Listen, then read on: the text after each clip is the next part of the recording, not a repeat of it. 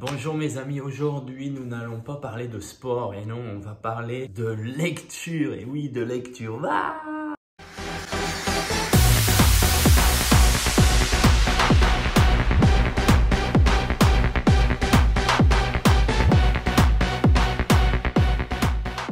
Très étonnant. Il y a quelques années, si j'avais pensé faire une vidéo au sujet de la lecture, je n'y aurais pas cru. Si je viens à ce sujet, c'est parce que quand j'étais enfant, j'étais hyperactif. J'arrivais pas à me concentrer en classe et j'avais des troubles de l'attention. Pour moi, il était absolument impossible de lire un livre devant tout le monde, encore moins de le présenter devant la classe entière. Et puis lorsqu'on devait faire un résumé d'un livre, je n'y arrivais jamais. Je me souviens que plus tard, à l'école de commerce, mon maître principal avait convoqué mes parents pour faire un point. J'entends encore résonner ces mots.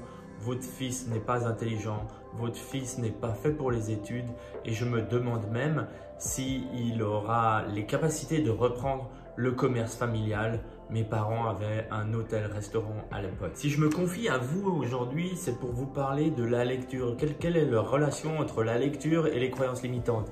Eh bien, sachez que j'ai fait sauter ces croyances limitantes. Mais quand vous grandissez avec une étiquette comme quoi vous n'êtes pas intelligent, vous n'arrivez pas à lire, vous ne ferez pas d'études, eh bien c'est quelque chose que vous portez sur le dos pendant toute votre vie. Jusqu'au jour où vous dites ça suffit, j'en ai marre, j'ai envie de changer les choses. Parce que finalement, toutes ces casseroles qu'on emmène depuis l'enfance, qui font partie de notre identité, eh bien elles nous empêchent d'avancer. Elles sont dans notre inconscient et elles nous empêchent d'avancer. Et comme une image vaut 1000 mots, je vais vous montrer quelque chose.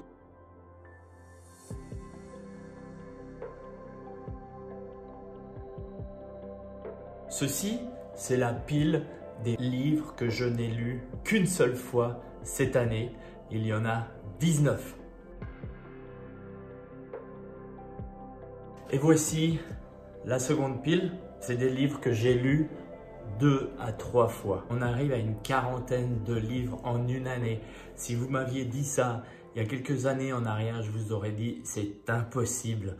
Aujourd'hui, comment j'ai fait pour inverser la tendance? Une chose que je dois vous dire, c'est que je ne suis pas là pour me vanter, c'est juste pour vous dire que si dans votre entourage, si vous avez des enfants qui ont des problèmes scolaires, qui ont des problèmes de concentration, qui sont hyperactifs, c'est pas grave, ce n'est pas une maladie et on peut très bien faire avec. Il faut juste trouver les bons codes. La première chose que j'ai faite, c'est comme je vous ai dit en introduction, j'ai supprimé les croyances limitantes, l'étiquette qu'on m'avait donnée, que j'étais un mauvais étudiant, que je n'arriverais jamais à lire, que je n'arriverais même pas à reprendre le commerce familial. La deuxième chose, c'est qu'en lisant tous ces livres, j'ai appris plein de choses et notamment 99% du temps, l'enseignement, l'éducation à l'école ne convient pas à certains élèves, ceux qui sont comme moi, plus dans le visuel, dans le kinesthésique. La troisième chose que j'ai faite, c'est que j'ai trouvé un domaine qui me passionne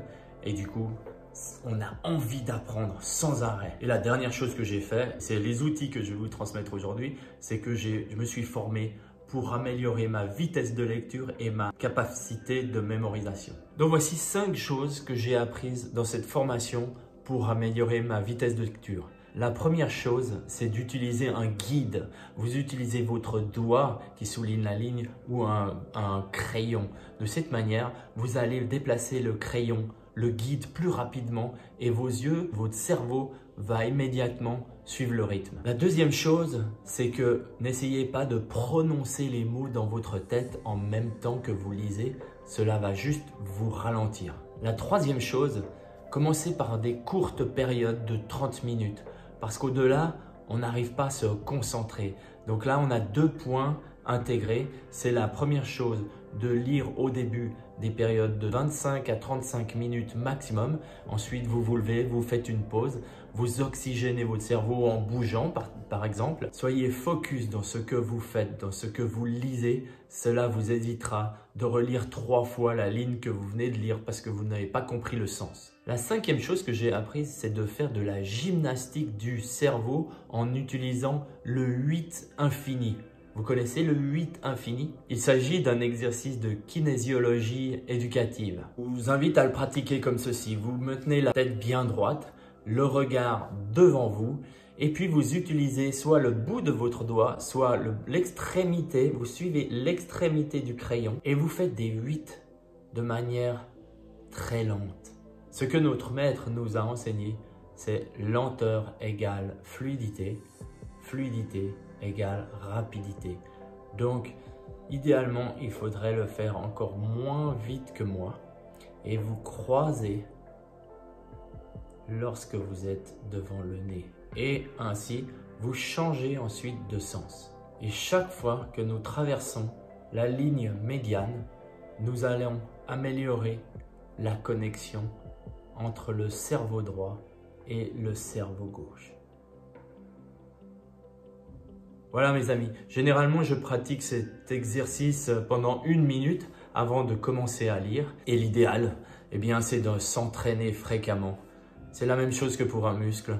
Si vous décidez de muscler vos biceps et puis vous n'allez qu'une seule fois par semaine au fitness, les résultats risquent de se faire attendre. La lecture c'est pareil. Lorsqu'on commence à passer un cap, qu'on s'améliore, ça nous motive. Pour celles et ceux qui souhaiteraient plus d'informations à ce sujet, vous pouvez m'écrire dans les commentaires ou en message personnel. Si vous sentez que cette vidéo peut être utile à certaines personnes, et puis surtout encouragez vos enfants à ne pas abandonner, ce n'est pas parce qu'ils ne lisent pas qu'ils seront moins intelligents que les autres. Et puis surtout, c'est pas pour ça qu'ils n'aimeront jamais lire.